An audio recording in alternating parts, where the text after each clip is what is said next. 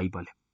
तो हमने अभी तक मोनोपोली के अंतर्गत ये देखा कि मोनोपोली एकाधिकार बाजार की वो दशा होती है जहां पर एक लगभग लगभग पूरी तरह से समरूप वस्तुएं यानी मार्केट में कोई अन्य प्रतिस्थापनापन्न वस्तुएं बाजार में उपस्थित नहीं होती हैं तथा बिना विज्ञापन का प्रयोग किए हुए एक विक्रेता द्वारा मात्र वन सेलर होता है। ठीक है, एक विक्रेता द्वारा जब वस्तुओं तथा सेवाओं का विक्रय बाजार में किया जाता है तो इसे हम लोग मोनोपोली की संज्ञा देते हैं। और मोनोपोली बाजार की वो दशा होती है जहां पर जो इनका मांग वक्र होता है, जो इनका औसत आगम वक्र होता है, एवरेज रेवेन्यू कर्व होता है, जिसे हम लोग डिमांड कर्व कहते हैं, जिसे हम लोग प्राइस कर्व कहते हैं, ये वास्तव में इनइलास्टिक यानी ईपी इज लेस देन 1 पाया जाता है।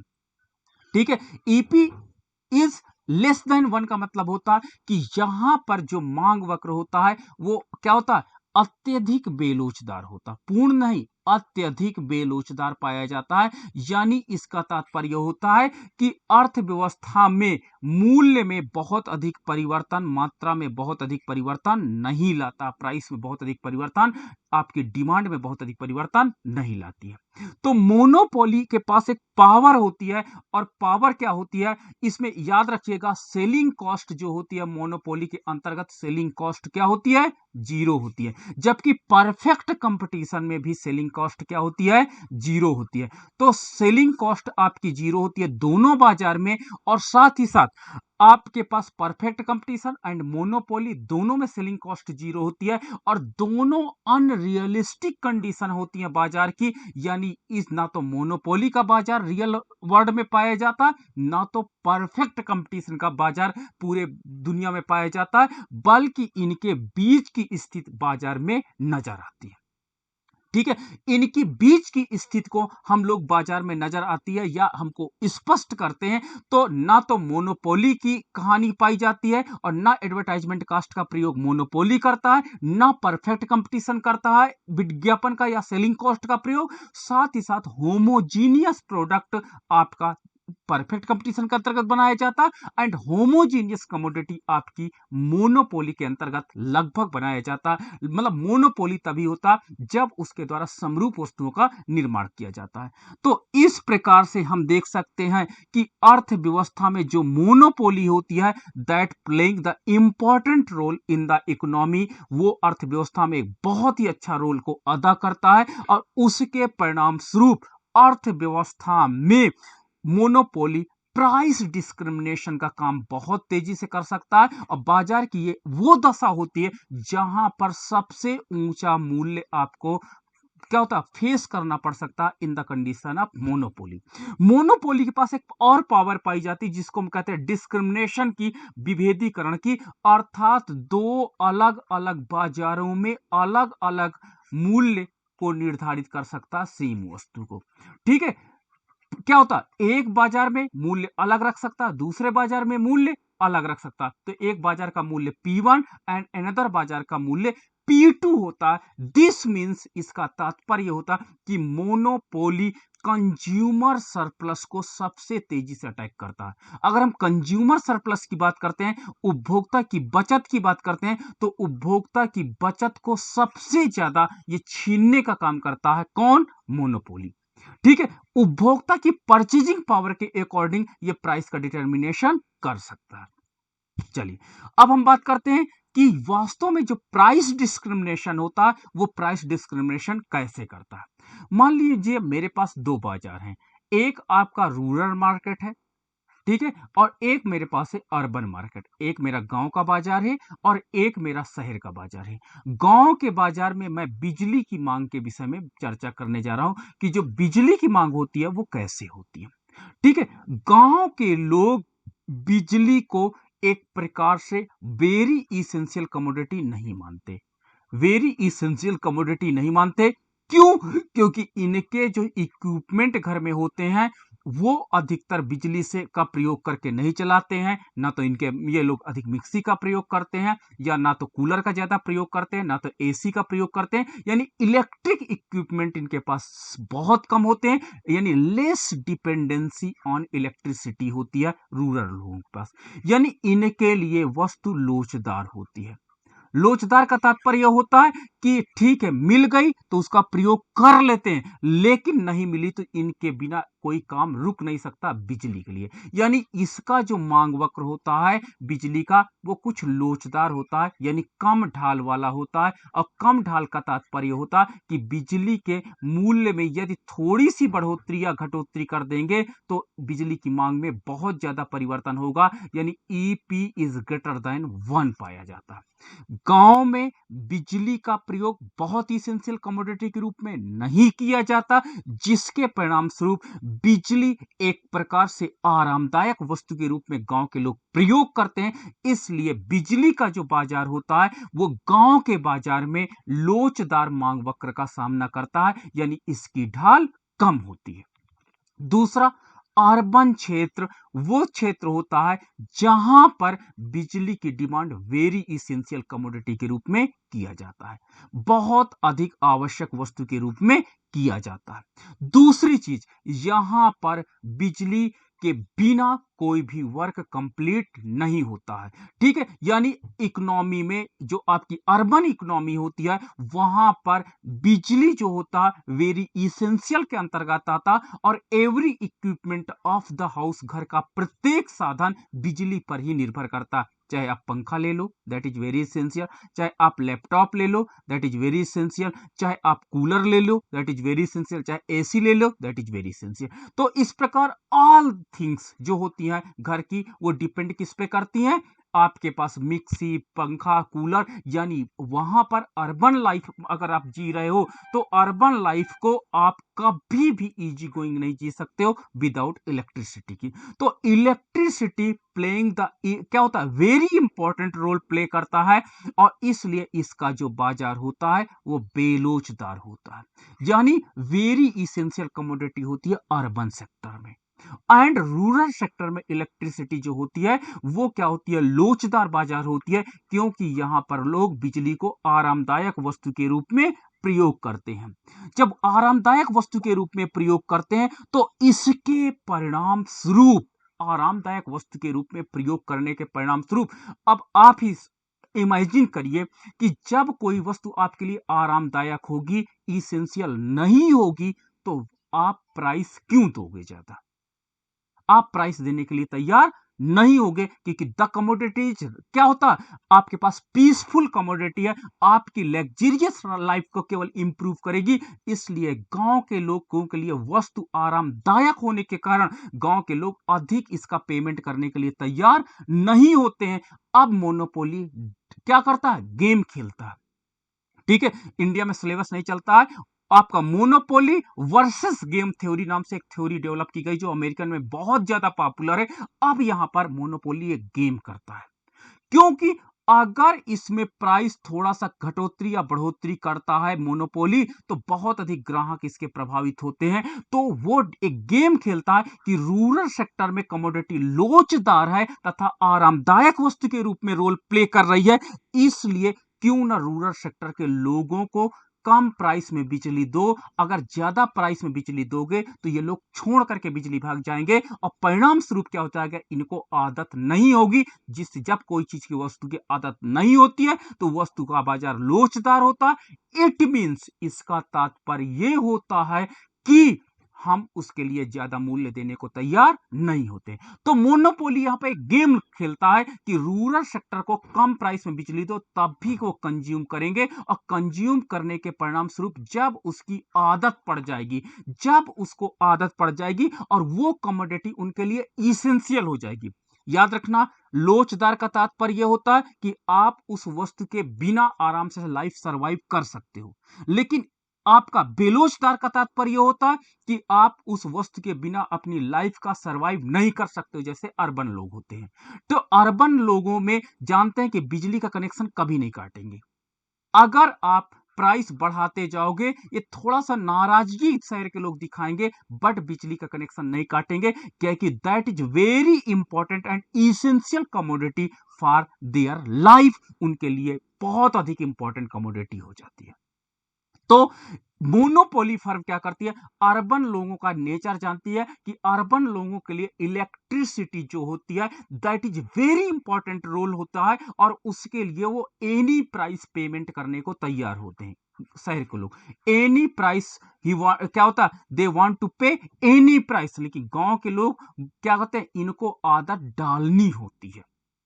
इसलिए मोनोपोली एक गेम खेलता है कि रूरल मार्केट जहां की बाजार लोचदार है वहां पर बिजली का मूल्य कम रखो, तथा जहां पर बेलोचदार है, बेलोचदार का तात्पर्य होता है ऐसी डिमांड करो, आपके पास ऐसी डिमांड कर that have the enough slope, जिसके पास अच्छी ढाल हो, वहां पर क्या होता है कि चाहे मूल्य में चाहे जितना परिवर्तन कर दो, प्राइस चाहे जितना बढ़ा दो, लोगों की डिमांड बहुत कम ज्यादा नहीं हो पाती है। तो यहां पर आपका ईपी इज लेस देन 1 होता है, तो इसका मतलब होता है कि any price they want to pay, वो लोग पे कर देंगे। लेकिन गांव के लोग अक्सर नहीं होता, अगर प्राइस में थोड़ा चेंज करोगे तो बहुत अधिक ग्राहक आपके चले जाएंगे।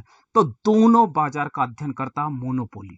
मोनोपोली क्या करता है, एक अधिकारी दोनों बाजार का अध्ययन करता है और दोनों बाजार की मांग के अनुसार मूल्य का निर्धारण कर देता है, और मूल्य का निर्धारण करता है ताकि अपना प्रॉफिट मैक्सिमाइज कर सके। क्योंकि गांव के लोग लेना तो चाहते हैं इलेक्ट्रिसिटी, बट वो इस शर्त पर लेना चाहते हैं इलेक्ट्रिसिटी कि उसे क्या हो जाए, उनको जो लग्जरियस लाइफ है वो कंप्लीटली चल सके। जबकि रूरल अर्बन सेक्टर के लोग अपने लिए सर्वाइवल आइटम चाहते हैं, ताकि उनकी लाइफ इसी तरह इलेक्ट्रिसिटी के बिना ना चलती रहे और साथ इलेक्ट्रिसिटी का प्रयोग करते रहें। तो ये गेम देखता है, और दोनों गेम के बीच में मोनोपोली अपने प्राइस का डिटर्मिनेशन करता है। अब क्या करता है, सबसे पहले जाता है और उत्पादक एक है इलेक्ट्रिसिटी कंपनी, कोई इलेक्ट्रिसिटी कंपनी है जो क्या करती है, बिजली का उत्पादन करती है। तो इलेक्ट्रिसिटी कंपनी होती जो बिजली का उत्पादन करती है। ठीक है, वो किस प्रकार से उत्पादन करेगी, कितनी बिजली उत्पादन किया जाए, तो सबसे पहले वो रूरल सेक्टर की डिमांड करो। ये आपका रूरल सेक्टर है, रूरल सेक्टर की डिमांड करो, रूरल सेक्टर का मांग कितनी है, ग्रामीण क्षेत्र में बिजली की मांग कितनी है उसका अध्ययन करता है, तथा अर्बन सेक्टर इसमें बिजली का अध्ययन करता है अर्बन सेक्टर में। ठीक है, अध्ययन करने के बाद इसे पता चलता है कि अर्बन सेक्टर में जो आपकी उसकी मांग वक्र है वो AR1 है। In the urban sector AR1 है, और आप ढाल देख सकते हो ज्यादा ढाल है। ठीक है, यानी यहां पर बिजली जो है अर्बन सेक्टर में प्लेइंग एज अ रोल कैसे प्ले करती है, as a essential commodity role play कर रही है। ठीक है, वहीं इसकी जब आधार पर हमने एमआर रेखा ड्रा किया, तो एमआर रेखा इसके आधे से जाती है, जो मोनोपोली की आप विशेषता जानते हो।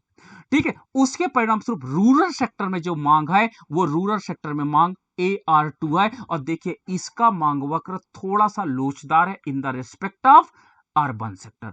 अर्बन सेक्टर में जो डिमांड कर्व है वो इन इलास्टिक है, अत्यधिक बेलोचदार है, जबकि रूरल सेक्टर में इट इज इलास्टिक, ये लोचदार है।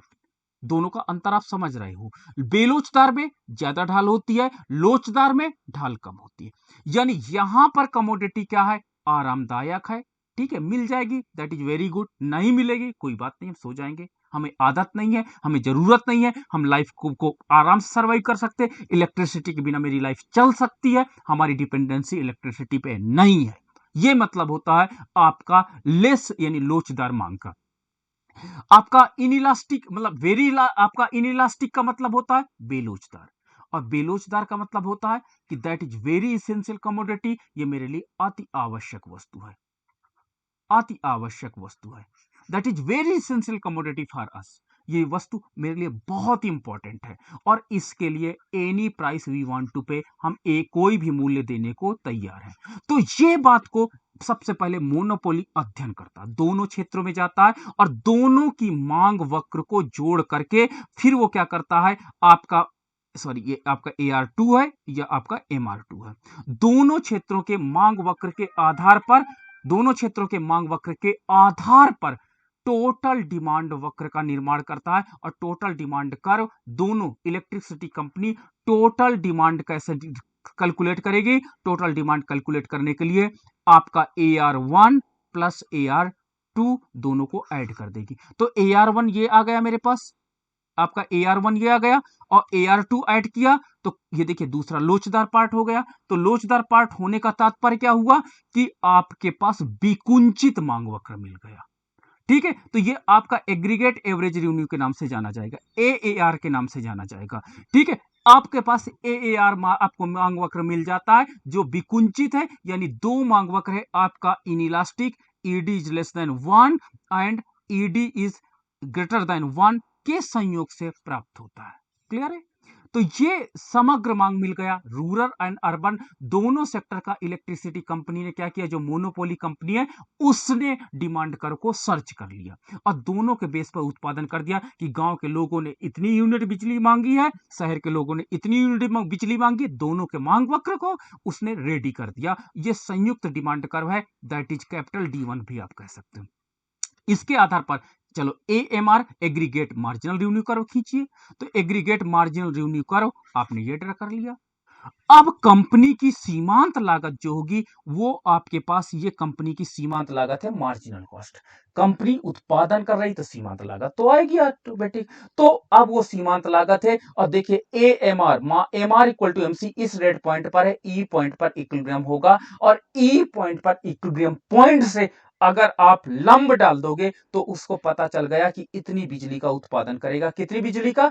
OX बिजली का उत्पादन करेगा। अब देखो मोनोपोली फर्म है, बिजली का उत्पादन किया। अब ये बिजली का जब उत्पादन करेगा तो किस बाजार में कितनी बिजली बेचेगा इसका डिसीजन लेगा। ठीक है, तो इस ई पॉइंट से एक पैरेलल रेखा, इस ई पॉइंट से एक पैरेलल रेखा दोनों बाजार में हम खींचते हैं ताकि इक्विलिब्रियम को मेंटेन किया जाए। ये एक प्रकार से जो रेखा आती है ये मार्जिनल कॉस्ट को रिप्रेजेंट करती है, क्योंकि यहां से इक्विलिब्रियम पॉइंट से हमने पैरेलल रेखा खींची है। तो आप देखो कि अर्बन सेक्टर में इक्विलिब्रियम पॉइंट कहां पर होगा? E1 पॉइंट होगा, बिकॉज ऑफ E1 पॉइंट पर आपका MR इक्वल टू MC है, क्योंकि MC रेखा मैंने यहीं से ले लिया, इसलिए इस रेखा को यहां से आपका जो बिजली की कंपनी है मोनोपोली फर्म की जो लागत है वहां से मैंने पैरेलल ड्रा किया, तो ये मार्जिनल कॉस्ट को रिप्रेजेंट करेगा। यहां से लंब डाल देते हैं तो इतनी बिजली शहर के लोगों को आवश्यक है, कितनी? OX मात्रा में बिजली की आवश्यकता है। और क्या होता, इसका मूल्य कितना रखेगा? तो इसका मूल्य रखेगा, OP मूल्य रखेगा एक मोनोपोली फर्म। OP1 प्राइस रखेगा, कितना प्राइस? OP1 प्राइस रखेगा, एंड OX1 मात्रा बाजार में बेचेगा अर्बन क्षेत्र में। ठीक है, बिजली का रेट क्या रहेगा? OP1 रहेगा, उसकी मात्रा क्या रहेगी? OX1 मात्रा रहेगी। क्लियर है? चलो अब रूरल सेक्टर की बात देखिए। रूरल सेक्टर में इक्विलिब्रियम पॉइंट आपका हो जाता E1 E2 क्योंकि MR इक्वल टू MC है, यहां पर MR रेखा आपका MC रेखा दोनों इक्विलिब्रियम पॉइंट है, और ये हम देखते हैं कि आपका टोटल जो आउटपुट है OX2 है। ये देखिए आपका टोटल आउटपुट है OX2 is the total output, यानी गांव में बिजली इनको ज्यादा देनी पड़ती है, और कितना? कम रेट पर भी देनी पड़ती है, क्योंकि इनके लिए कमोडिटी क्या होती है? आवश्यक ना होकर के आरामदायक होती है। तो गांव में देखिए बिजली का रेट जो होता है वो OP1 है, OP2 है, और गांव में बिजली की पूर्ति भी ज्यादा होती है, एग्रीकल्चर एक्टिविटी ज्यादा संपन्न होती है, तो ज्यादा बिजली का कंजप्शन भी करते हैं और कम प्राइस भी देते हैं गांव वाले, रूरल सेक्टर। तो यानी जहां पर लोचदार मांग वक्र होगा, लोचदार मांग वक्र में एक मोनोपोली फर्म कम मूल्य रखेगी और साथ ही साथ अधिक मात्रा देती है, तथा अर्बन सेक्टर में ऊंचा मूल्य रखती है तथा कम मात्रा में बिजली देती है। इस प्रकार से प्राइस डिस्क्रिमिनेशन कौन करती है? एक बिजली फर्म संपन्न करती है, और उस प्राइस डिस्क्रिमिनेशन के बेस पर अलग अलग अर्बन क्षेत्र में अलग बिजली का रेट, और क्या होता है ग्रामीण क्षेत्र में अलग बिजली का रेट, दोनों का डिटर्मिनेशन करके अपने प्रॉफिट को मैक्सिमाइज करती है, अपने लाभ को इस तरह फर्म अधिकतम करती है। तो ये आपका वाइबिलिटी, अब क्या वाइबल है, क्या ये सही है, क्या ऐसा करना उसकी एक्टिविटी के अनुरूप है, वी विल डिस्कस, हम लोग इस पर डिस्कशन करते हैं। अब मान लीजिए सपोज दैट बिजली की प्रति इकाई लागत जो होती है पर यूनिट कॉस्ट कितनी है? पर यूनिट कॉस्ट बिजली की है आपके मान के चलिए 3 रुपए प्रति यूनिट। सपोज दैट अगर मान लीजिए बिजली की लागत कितनी है, 3 रुपए प्रति इकाई। गांव के लोग कह रहे हैं कि इतनी महंगी हम बिजली नहीं ले पाएंगे बिकॉज ऑफ हमारी पास इतनी इनकम नहीं होती है। और गांव शहर के लोग कहते हैं कि वी कैन परचेज, हम ले सकते हैं, हमें कोई प्रॉब्लम नहीं होती। तो मोनोपोली क्या करता है कि गांव के लोग भी एक समाज में रहते हैं और इनका भी अधिकार है बिजली जैसी एक महत्वपूर्ण वस्तुओं का प्रयोग करने में। तो बिजली कंपनी क्या करती है कि शहर के लिए बिजली का रेट 6 रुपये पर यूनिट निर्धारित कर देती है। ठीक है, क्योंकि शहरों के पास बिजली का पेमेंट करने के लिए उनके पास इनफ इनकम होती है, इसलिए अर्बन व्यक्ति ऊंचा प्राइस पे कर सकते हैं। एवरीबडी नो, सभी लोग जानते हैं। ठीक है, और गांव के लोगों के पास परचेजिंग पावर कम होती है, इनकम कम होती है, तो गांव के लिए वो बिजली का रेट क्या रख देता है, 2 रुपए पर यूनिट रख देता है। अब क्या होता है कि देखो गांव में उसे 1 रुपए पर यूनिट क्या होता है, कॉस्ट प्राइस जो 3 रुपए है, 3 रुपए में 1 रुपए का उसे लॉस हो रहा है। लेकिन आप देखो कि इस साइड जो शहरी क्षेत्र में बिजली बेच रहा है, जहां पर 3 रुपए का वो प्रॉफिट अर्न कर रहा है, और इस प्रॉफिट से इधर का जो गांव की बिजली दे रहा उसको कंपनसेट कर रहा है। इस प्रकार देखिए प्राइस डिस्क्रिमिनेशन के आधार पर आप देख सकते हो कि समाज के दोनों वर्गों का बिजली क्या होती है, अवेलेबल हो जाती है, चाहे वो अमीर हो चाहे वो गरीब हो। ठीक है, तो प्राइस डिस्क्रिमिनेशन वाइबल हो जाता है। क्यों वाइबल हो जाता है, क्योंकि समाज की आवश्यकता के अनुसार, क्योंकि गांव के लोग चाहते तो बिजली का प्रयोग करना, बट उनके पास इनफ परचेजिंग पावर ना होने के कारण वो लोग बिजली के का उपभोग करने से हिचकते हैं, डरते हैं। ठीक है, और इकोनॉमिक डेवलपमेंट के लिए बिजली का प्रयोग बहुत ही इसेंशियल है। इसलिए एक अर्थव्यवस्था में बिजली का जो प्रयोग होता है, ठीक है, उसको हम लोग करने के लिए, प्रमोट करने के लिए गवर्नमेंट पॉलिसी बनाती है। अब प्राइस डिस्क्रिमिनेशन के माध्यम से दोनों वर्गों को बिजली का लाभ प्रदान किया जाता है, और साथ ही साथ इसके अंतर्गत जो आपका प्राइस डिस्क्रिमिनेशन होता, सोसाइटी के दोनों वर्ग बेनिफिटेड होते हैं, तथा इसमें बिजली का जो हानि होती है गांव के क्षेत्र में बेचने के परिणाम स्वरूप, अर्बन सेक्टर से वो हानि को कंप्लीट कर लिया जाता। इस प्रकार से डिस्क्रिमिनेटिव मोनोपोली आपके इकोनॉमी के लिए बेस्ट हो जाता, अच्छा हो जाता। तो ये आपने देखा कि वाइबिलिटी क्या है, क्या डिस्क्रिमिनेशन होना चाहिए। मैंने कल कई प्रकार का आपको डिस्क्रिमिनेशन बताया था, व्यक्ति के आधार पर, वस्तु के आधार पर, स्थान के आधार पर। ठीक है, देयर आर मेनी टाइप्स मैंने आपको डिस्कस किया। तो आपके मन में ये बात आनी चाहिए थी कि क्या एक ही वस्तु को दो अलग अलग बाजार में दो अलग अलग मूल्य पर बेचना क्या उपयुक्त है, क्या उचित है, क्या ऐसा होना चाहिए। ये कई प्रश्नों का सवाल का जवाब ये आपका आंसर दे देता कि नहीं, अर्थव्यवस्था में प्राइस डिस्क्रिमिनेशन बहुत अधिक इसेंशियल है। जब समाज में इनइक्वलिटी हो, जब समाज में ऐसा हो कि समाज के लोग नहीं अफोर्ड कर सकते, तो वहां पर इस प्रकार की मोनोपोली की कंडीशन बहुत अधिक इंपॉर्टेंट रोल अदा करती है, क्योंकि इससे समाज के सभी वर्ग प्रभावित होते हैं और एक फर्म को लॉस भी बियर करना नहीं पड़ता।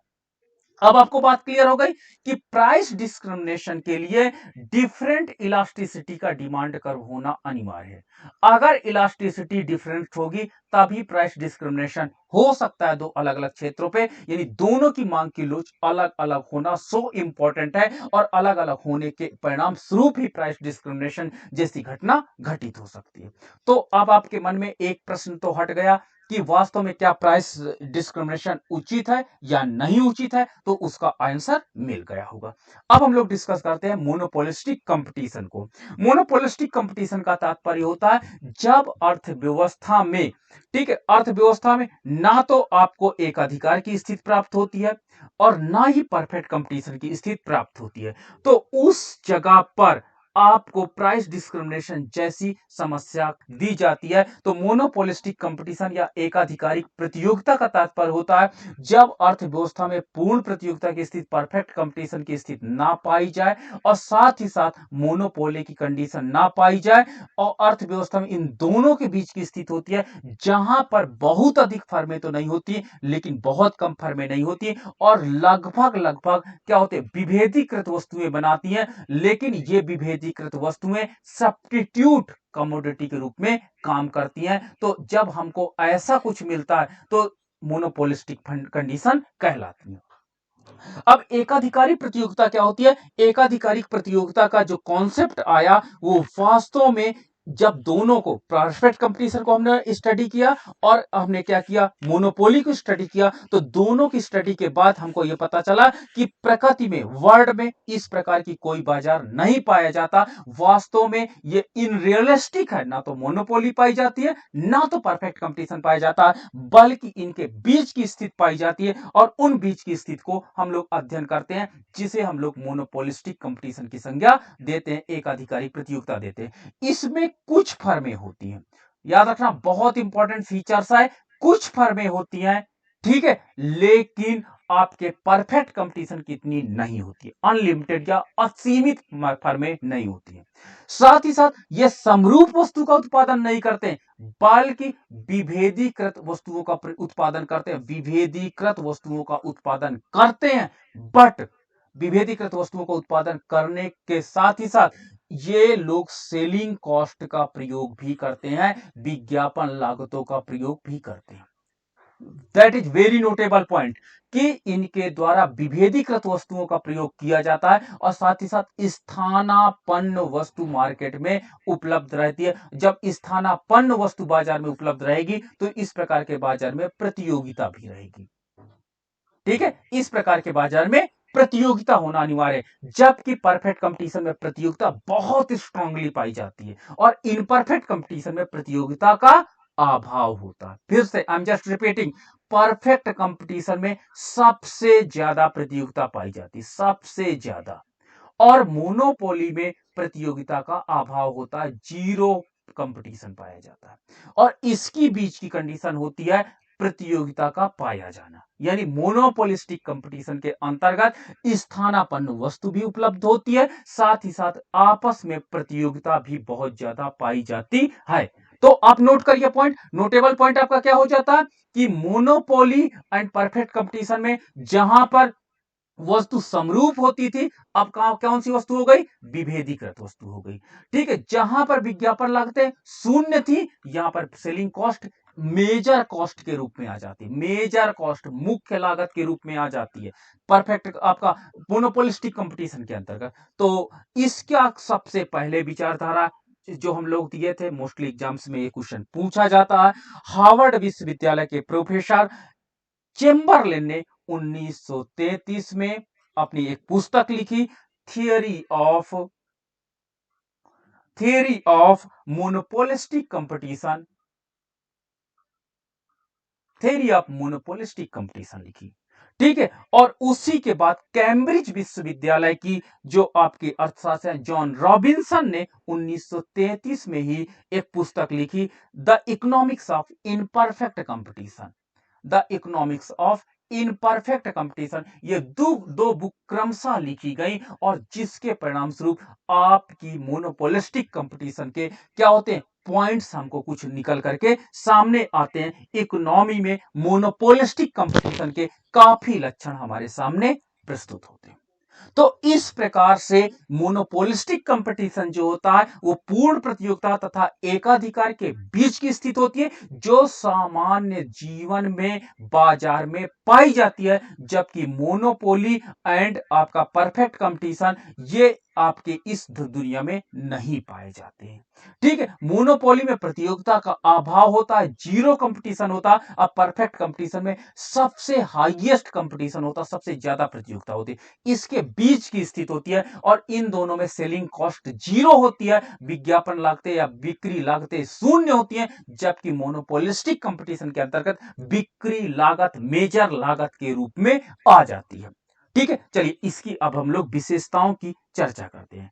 Let's we discuss about the, आपके पास किसको विशेषताएं, सबसे पहले इसमें विभेदीकृत वस्तु बनती है, यह पॉइंट बहुत नोटेबल है। विभेदीकृत का मतलब होता है थोड़ा सा अंतर होगा, कुछ ना कुछ अंतर होगा, लेकिन आपका समरूप वस्तु नहीं होगी। जैसे साबुन आप ले लो, नहाने का साबुन, चाहे आप लक्स ले लो, ठीक है, आपके पास लक्स आप ले सकते हो, आपके पास क्या होता है कई साबुन आपने देखा होगा मार्केट में अवेलेबल है, पियर्स आप ले सकते हो, सारा सबका काम है, लेकिन सब नियर अबाउट क्या होते हैं, सब्स्टिट्यूट कमोडिटी है, नियर अबाउट है, लक्स नहीं आप पियर्स से यूज कर सकते हो, पियर्स नहीं अदर कोई कमोडिटी या आपका शॉप यूज कर सकते हो, बट कुछ ना कुछ डिफरेंशिएशन है, बट सब्स्टिट्यूट कमोडिटी है, लक्स की जगह पे आप दूसरा वस्तु प्रयोग कर सकते हो।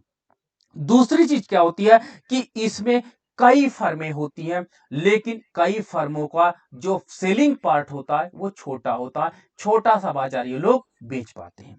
ठीक है, इसकी विशेषताएं, पहली विशेषता, विक्रेताओं की संख्या जो होती है, नंबर ऑफ सेलर्स जो होते हैं, ये बहुत छोटे या बहुत बड़े नहीं होते, एक मॉडरेट होते हैं। ठीक है, they are many and small enough, वो मैनी ज्यादा होते हैं एंड स्मॉल इनफ, यानी कुछ से ज्यादा होते हैं लेकिन मैनी से अधिक नहीं होते, ये पॉइंट आप नोट रखिएगा। और विक्रेताओं की कीमत उत्पादन नीतियों में कोई स्वीकृत परस्पर निर्भरता नहीं पाई जाती है। परस्पर निर्भरता का तात्पर्य होता है कि अगर एक ने सेलिंग कॉस्ट बढ़ाई तो दूसरी भी सेलिंग कॉस्ट बढ़ाए या दूसरे के ऊपर इंपैक्ट पड़े, तो इस प्रकार की इंटरडिपेंडेंसी को इसमें स्वीकार नहीं किया गया। ये आपका नोटेबल पॉइंट बन जाता है। दूसरी चीज होती है वस्तु विभेदीकरण। वस्तु विभेदीकरण पाया जाता है। वस्तु विभेदीकरण का तात्पर्य होता है कि इसमें एक वस्तु दूसरे वस्तु से एक वस्तु दूसरी वस्तु से कुछ ना कुछ अंतर पाया जाता है। दूसरी वस्तु से कुछ ना कुछ अंतर अवश्य पाया जाएगा, तो इसे कहते हैं वस्तु विभेदीकरण की संज्ञा दी जाती है। साबुन, आप देखिए लक्स पियर्स, सेम काम है, सेम क्वालिटी है, लेकिन कुछ ना कुछ अंतर दोनों साबुन में पाया जाएगा। ठीक है, एक ही कंपनी के दो साबुन आप देख लो, उसमें अंतर पाया जाएगा। तो वस्तु विभेदीकरण दैट इज वेरी इंपॉर्टेंट, इसका इसेंशियल पार्ट बन जाता है और आपको नोटेबल हो जाता है। वस्तु की क्वालिटी में परिवर्तन, कभी कभी क्या होता है, आप मार्केट में देखोगे एक ही कंपनी दो अलग अलग परफ्यूम डाल करके एक ही साबुन को लॉन्च कर देती है, आपने देखा होगा। तो ये क्या होता है, इसको कहते हैं वस्तु विभेदीकरण। वस्तु विभेदीकरण की घटनाएं ज्यादा पाई जाती हैं। आपका फ्रेगमेंट चेंज करके साबुन का क्या होता है, डिमांड मार्केट में अलग अलग, मार्केट के लिए अलग अलग। मैंने एक दिन देखा था कि सेलिंग्स बढ़ाने के लिए एक था साबुन जो आपका बर्तन धुलने के काम आ रहा था, और उन्होंने टॉयलेट धुलने के लिए, या टॉयलेट में आपने देखा टॉयलेट धुलने के लिए अलग और टॉयलेट का फर्श धुलने के लिए अलग साबुन अभी अभी हाल ही के दिनों में लॉन्च किया गया है। ठीक है, जबकि वही एक ही कंपनी है, तो सब कुछ उसमें है, बस उसमें बाइफर्केशन कर दिया गया कि this is for toilet, toilet के वॉशेबल के लिए, और ये टॉयलेट की फर्श धुलने के लिए है, जबकि दोनों नहीं, ताकि उनका कस्टमर, नंबर ऑफ कस्टमर बढ़ सके इस बाइफर्केशन से, इस क्वालिटी से। यानी वो बाइफर्केशन वस्तु विभेदीकरण करते हैं ताकि उनके नंबर ऑफ द कंज्यूमर बढ़ सके, ये होता है वस्तु विभेदीकरण। ठीक है, अब उसने टीवी में बोल दिया, एक अच्छा हीरो बोल देता है, तो उसके परिणाम स्वरूप क्या होता है कि customer, number of the customer बढ़ जाते हैं, तो वस्तु विभेदीकरण की क्वालिटी ज्यादा पाई जाती है, जबकि होता सब कुछ वही है। ठीक, फ्रेगमेंट में या स्टेटमेंट में एक में फर्श बना दिया जाए, एक में टॉयलेट बना दिया जाए, लोगों के दिमाग में साइकोलॉजिकल होता है, और वो दोनों दो अलग अलग साबुनें खरीद करके मार्केट से लाते हैं और दोनों का विभिन्न जगह प्रयोग करते हैं, जबकि उसमें केवल माइनर चेंज किया गया, अन्य मेजर चेंज नहीं किया गया। जो परफेक्ट कंपटीशन की सबसे बड़ी विशेषता होती है, सॉरी, परफेक्ट मोनोपोलिस्टिक कंपटीशन की सबसे बड़ी विशेषता होती है कि वस्तु विभेदीकरण ज्यादा पाया जाता है। तीसरा होता पेटेंट का अधिकार, इसमें लगातार रिसर्च चलता रहता है, पेटेंट का अधिकार होता रहता है, इसमें नई नई वस्तुएं बनती हैं और उनका अधिकार, पेटेंट का अधिकार लिया जाता है। अगली बात है फर्मों के प्रवेश एवं निष्कासन की स्वतंत्रता। निष्कासन की स्वतंत्रता, कोई भी फर्म आसानी से प्रवेश कर सकती है, एंट्री कर सकती है, एग्जिट कर सकती है, दैट इज नो प्रॉब्लम। ठीक है, और यही बात आपने देखा होगा परफेक्ट कंपटीशन में था, पूर्ण प्रतियोगिता में कोई भी फर्म आराम से प्रवेश कर सकती है और निष्कासित हो सकती थी, लेकिन मोनोपोली में कोई भी फर्म प्रवेश नहीं कर सकती थी। आपने देखा होगा, तीनों को मैं कंपैरेटिव ही स्टडी करता चला जा रहा हूं। ठीक है, फर्म की मांग की प्रवृत्ति, जो फर्म होती है उसका डिमांड कर्व कैसा होता है, तो इसमें बाजार में क्या होता है, छोटी छोटी फर्में होती हैं और बाजार में एक व्यक्ति का डिमांड करो D1, दूसरे व्यक्ति का डिमांड करो D2, तीसरे व्यक्ति का डिमांड करो D3। इस प्रकार से सारे डिमांड करों को योग करके इसमें लोचदार मांग वक्र पाया जाता है। अर्थात इनपरफेक्ट कंपटीशन के अंतर्गत हमें लोचदार मांग वक्र मिलता है, अर्थात इसकी ढाल कम होती है। मोनोपोलिस्टिक कंपटीशन के अंतर्गत जो मांग वक्र पाया जाएगा उसका वास्तव में जो आपका लोच होगा वो कम होगा, यानी अत्यधिक लोचदार मांग वक्र होगा तथा इसकी ढाल कम पाई जाएगी। That is notable point. ये बहुत आपका इंपॉर्टेंट पॉइंट हो जाता है, जबकि मोनोपोलिस्टिक कंपटीशन में आपका ढाल ज्यादा होता है, यानी बेलोचदार होता है। ठीक है, अब चलिए, इस प्रकार जो आपका लोचदार होता है यही कीमत भिन्नता के लिए जिम्मेदार होता है, आपने देखा होगा। तो आप देख सकते हो कि श्रीमती जॉन रॉबिन्सन ने, एक मिनट, हाँ, श्रीमती जॉन रॉबिन्सन ने इकोनॉमिक्स ऑफ इनपरफेक्ट कंपटीशन की बात की है, इकोनॉमिक्स ऑफ इनपरफेक्ट कंपटीशन की बात करती हैं श्रीमती जॉन रॉबिन्सन ने। और उसके साथ ही साथ आपके चेम्बरलिन थे, उन्होंने मोनोपोलिस्टिक कंपटीशन की बात करते हैं, अर्थात अर्थव्यवस्था में जो कंपटीशन पाया जाता है, एक आधिकारिक प्रतियोगिता पाई जाती है, इस पर बात करते हैं। तो ये एग्जाम्स में दोनों बुक्स बहुत अधिक इंपॉर्टेंट है, बहुत ज्यादा एग्जाम्स में पूछी जाती है। ठीक है, एजम्पशंस आपको आधारभूत मान्यताएं हैं। आधारभूत मान्यता है कि इसके अंतर्गत बृहद मॉडल समूह की बात हम करते हैं। बृहद मॉडल समूह का मतलब होता है कि इसके अंतर्गत हम ये कह सकते हैं कि चेम्बरलिन ने जो आपकी मान्यता मोस्टली वही है जो पूर्ण प्रतियोगिता के अंतर्गत है, और इसमें बृहद समूह मॉडल की बात की गई है कि इसमें होमो आपका कहता है नियर अबाउट विभेदीकृत या होमोजीनियस वस्तुओं बनाने वाली लगभग सभी फर्में साथ पाई जाती हैं। तो विभेदीकृत वस्तुएं बनाने वाली सभी फर्में होती हैं जिनको हम लोग उद्योग ना कह के समूह की संज्ञा देते हैं। इसमें समूह में क्रेताओं तथा विक्रेताओं की संख्या बहुत अधिक होती है। फलस्वरूप बाजार में उस वस्तु की कुल पूर्ति का थोड़ा भाग एक फर्म के पास रहता है। स्पष्ट है कि इस स्थिति में किसी एक फर्म या क्रेता के व्यवहार का प्रभाव वस्तु की पूर्ति पर नगण्य पड़ता है, अर्थात वो दूसरा क्या होता है, दूसरे उत्पादक की पूर्ति को प्रभावित नहीं कर पाता। इस प्रकार आप समूह में विभिन्न क्रेताओं और विक्रेताओं के उत्पाद परस्पर विभेदित होते, कुछ ना कुछ डिस्क्रिमिनेट होते हैं और एक दूसरे के उत्पाद के नजदीकी स्थानापन्न होते हैं, यानी एक की जगह दूसरा का प्रयोग किया जा सकता है। ये इंपॉर्टेंट होता। उनकी वस्तु सहजातीय नहीं होती है, जबकि मोनोपोली में सहजातीय थी। आपका परफेक्ट कंपटीशन में वस्तुएं सहजातीय थी बल्कि विभेदित होती है। आपका मोनोपोली वस्तुएं प्राय एक दूसरे से मिलती जुलती होती हैं पर एक नहीं होती। ये पॉइंट आपको बार बार रिपीट कर रहा हूं, इसीलिए आपको ये कंडीशन याद हो। समूह में फर्मों के प्रवेश तथा निर्गमन की स्वतंत्रता होती है। आप इजीली आप इंटर कर सकते हो, इजीली आप क्या कर सकते हो, एग्जिट कर सकते हो। ठीक है, उत्पादन के साधनों के मूल्य तथा प्रौद्योगिकी दी हुई है, सारी टेक्नोलॉजी आपके पास दी हुई रहती है। अल्पकाल तथा दीर्घकाल दोनों में फर्म का प्रमुख उद्देश्य अपने लाभ को अधिकतम करना होता है। आप फिर से देख लो, प्रॉफिट मैक्सिमाइजेशन करना चाहते हैं, मतलब कि एमआर इक्वल टू एमसी की बात करते हैं। और चेम्बरलिन की एक साहसपूर्ण मानता है, हेरोइक एजम्पशन लेकर चलते हैं कि पूरे समूह में सभी फर्मों के उत्पाद के लिए मांग तथा लागत वक्र एक रूप के हैं। लागत वक्रों की समानता का तात्पर्य होता कि सभी के लिए जो आपका एवरेज कॉस्ट और मार्जिनल कॉस्ट होगा, average cost and marginal cost होगा, वो आपका यू आकार का पाया जाएगा, उनकी लागतों में अंतर नहीं आता। ठीक है, इंडस्ट्री और ग्रुप में इन्होंने स्पेशली बाइफरकेट किया कि समरूप नियर स्थानापन्न वस्तुओं को बनाने वाली फर्में जो होती हैं, उन फर्मों को हम लोगों ने इंडस्ट्री ना कह के ग्रुप कहते हैं। ठीक है, इंडस्ट्री का प्रयोग केवल और केवल पूर्ण प्रतियोगिता में किया गया है और कहीं पर भी इसका प्रयोग नहीं किया गया है।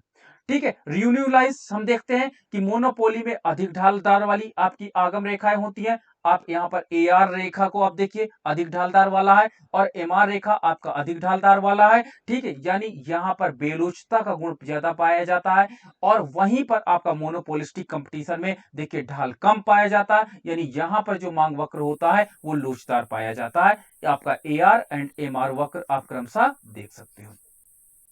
इसके बाद कॉस्ट कर्व की बात करते हैं, तो वही आपका एवरेज कॉस्ट और आपका मार्जिनल कॉस्ट है, एवरेज कॉस्ट के लोअर पॉइंट से मार्जिनल कॉस्ट कट करके जाता है। और इक्विलिब्रियम की बात करते हैं तो सुपर नॉर्मल प्रॉफिट की वही डिफिनीशन काम करेगी कि जब किसी वस्तु का मूल्य उसकी एवरेज कॉस्ट से ज्यादा होता है तो सुपर नॉर्मल प्रॉफिट प्राप्त होता है, और इसका तात्पर्य होता है कि वस्तु का मूल्य ज्यादा है और उसकी औसत लागत कम है।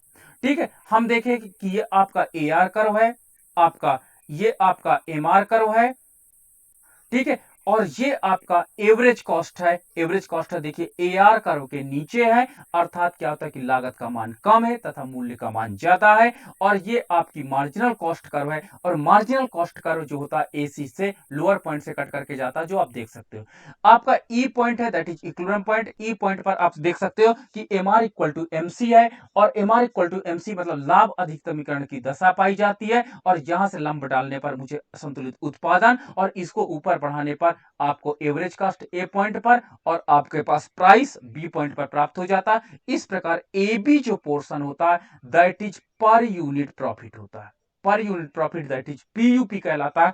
और इसको लंब अच्छे से जोड़ देते हैं तो हमें टोटल प्रॉफिट जो आपको रेक्टेंगल के रूप में शेडेड पार्ट में दिखाई पड़ता है। उसी प्रकार लॉस की डिफिनीशन सेम है कि जब किसी अर्थव्यवस्था में कॉस्ट का मान ज्यादा होता है उसके मूल्य से, then we are finding loss, तो हमें लॉस प्राप्त होता, हमें हानि प्राप्त होती है। और इसमें हम देख सकते हैं कि लॉस क्या होता है कि ये आपका एवरेज रेवेन्यू कर्व है, ये आपका मार्जिनल रेवेन्यू कर्व है। और यहां पर हम देख सकते हैं कि देखिए आपके मूल्य रेखा से एवरेज कॉस्ट का मान ऊंचा है, और इसकी सीमांत लागत जो होती है इसके लोअर पॉइंट से कट करके ऊपर जाती है। Thus we are come at equilibrium point, E point पर है। इससे लंब डाल देते हैं तो हमें उत्पादन OX प्राप्त हो जाता है। इसको हम ऊपर की ओर ले जाते हैं तो आपको मूल्य रेखा को A पॉइंट पे कट करता है, और आपकी एवरेज कॉस्ट को B पर कट करता है। तो देखिए मूल्य का मान कम है जबकि लागत का मान ज्यादा है, तो आपका ये पर यूनिट लॉस हो जाता है। जो AB पोर्शन होता है वो पर यूनिट लॉस होता है। जब इसको मैं लंब से मिला देता हूं तो मुझे एक रेक्टेंगल येलो कलर का प्राप्त होता है, जिसमें मैं देख सकता हूं कि फर्म को इतना लॉस हो रहा है, रेक्टेंगल के एरिया के बराबर लॉस हो रहा है। नॉर्मल प्रॉफिट बाजार की वो दशा होती है, नॉर्मल प्रॉफिट बाजार की वो दशा होती है जहां पर प्राइस एवरेज कॉस्ट के बराबर होता है, और इस दशा में सुपर नॉर्मल प्रॉफिट का मान 0 होता है। सुपर नॉर्मल प्रॉफिट यहां पर 0 होगा। ठीक है, तो इस प्रकार आपका ये AR कर्व होता है, ये आपका MR कर्व पाया जाता है। और देखिए आपका क्योंकि PAC के बराबर है यानी टेंजेंट है, जो यहां पे आप टेंजेंट को देख सकते हो। यहां पर आपका मार्जिनल कॉस्ट है जो लोअर पॉइंट से कट करके ऊपर जाता है। जहां पर इक्विलिब्रियम पॉइंट कहां पर हो जाता है, ई इक्विलिब्रियम पॉइंट हो जाता है। और यहां से अगर हम लंब डालते हैं तो X उत्पादन की मात्रा हो जाती है, और इसको जब हम ऊपर की ओर उठाते हैं तो मूल्य आपका A पॉइंट पर मूल्य एंड कॉस्ट दोनों बराबर होती है। 10 firm gaining only normal profit, not super normal profit. केवल नॉर्मल प्रॉफिट उसको मिलता है, ना कि सुपर नॉर्मल प्रॉफिट पाया जाता है। इस प्रकार ग्रुप इक्विलिब्रियम की अगर हम बात करते हैं तो ग्रुप इक्विलिब्रियम की जब बात करते हैं तो ग्रुप इक्विलिब्रियम में क्या होता है, केवल नॉर्मल प्रॉफिट एक फर्म को मिलता है, क्योंकि सामान्य लाभ ही उसके अंतर्गत वो सरवाइव करता है। और दीर्घकाल में यानी ग्रुप इक्विलिब्रियम की बात करते हैं तो केवल फर्म सामान्य लाभ पे होती है, और सुपर नॉर्मल प्रॉफिट यहां पर 0 होती है।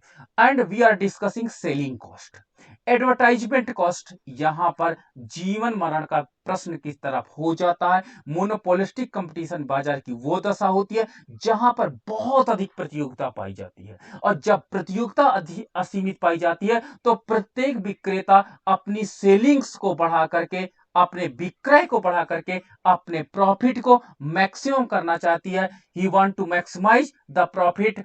और वो क्या करती है, सेलिंग कॉस्ट को बहुत इंपॉर्टेंट रोल आती है। तो सेलिंग कॉस्ट जो होती है वो मेजर रोल अदा करती है यहां पर। तो सेलिंग कॉस्ट यहां पर इंपॉर्टेंट रोल के रूप में आ जाती है। और हम देख सकते हैं कि देखिए ये आपके पास सेलिंग कॉस्ट है।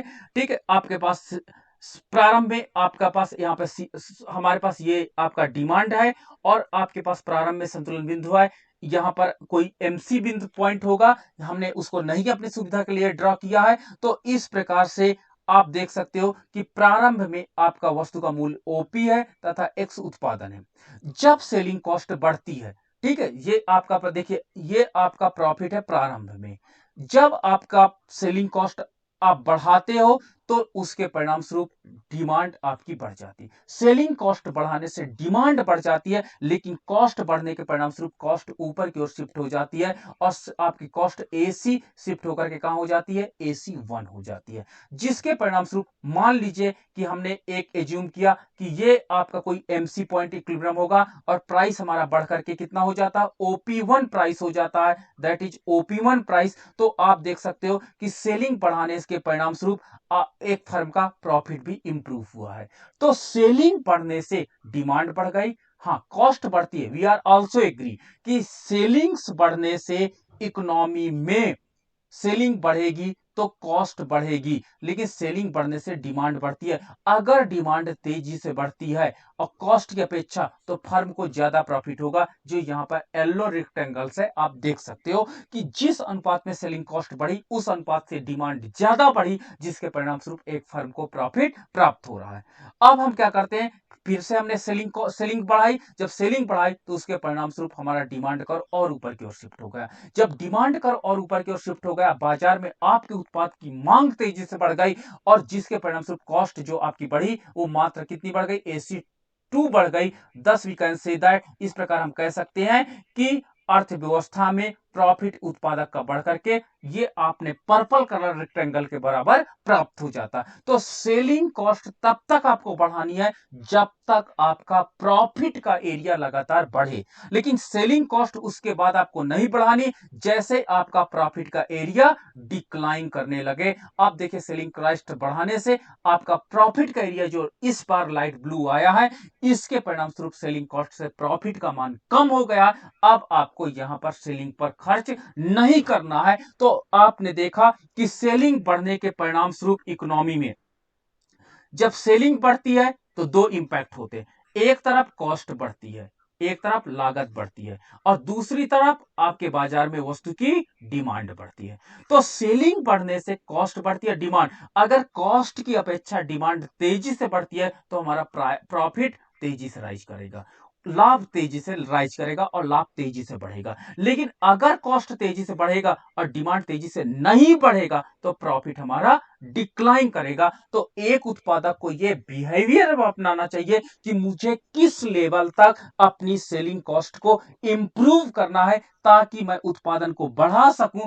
इस प्रकार उसको यह डिसाइड करना पड़ता मोनोपोलिस्टिक कंपटीशन के अंतर्गत कि जो सेलिंग कॉस्ट होती है that is the major cost, जो उनकी मुख्य कॉस्ट होती है, इसको हमें किस औसत किस आधार पर बढ़ाना होगा और एक लेवल के बाद जैसे उसका प्रॉफिट मैक्सिमाइज होकर घटने लगे, सेलिंग पर उसे फोकस नहीं करना बल्कि अन्य तरीके से अपनी बिक्री को बढ़ाने पर ध्यान देना होता। विज्ञापन लगते दो प्रकार की होती, एक आपकी होती इनफॉर्मल, मतलब एक होती है इंफॉर्मेशन प्रोवाइड करना, सेलिंग कॉस्ट एक होती है इंफॉर्मेशन प्रोवाइड करना, टू प्रोवाइड द इंफॉर्मेशन, हमारा प्रोडक्ट लॉन्च हो रहा है, इस प्रोडक्ट में ये क्वालिटी है, इसका फ्रेगमेंट बहुत अच्छा है, ये घुलता कम है, आप इस प्रकार की इंफॉर्मेशन दे सकते हो। और एक होता है आपको प्रतियोगिता में मेंटेन रखना, आपने अपने साबुन के साथ शाहरुख खान को लॉन्च कर दिया, शाहरुख खान नहाते हुए फोटो दिखा रहा है, मतलब क्या होता है कि अदर कंपिटिटिव फर्म से आप एक ब्रांडेड हीरो के साथ लॉन्च कर रहे हो, मतलब आप प्रतियोगिता को बढ़ाना चाहते हो। तो सेलिंग कॉस्ट दो प्रकार की होती है मोनोपोलिस्टिक फर्म के अंतर्गत,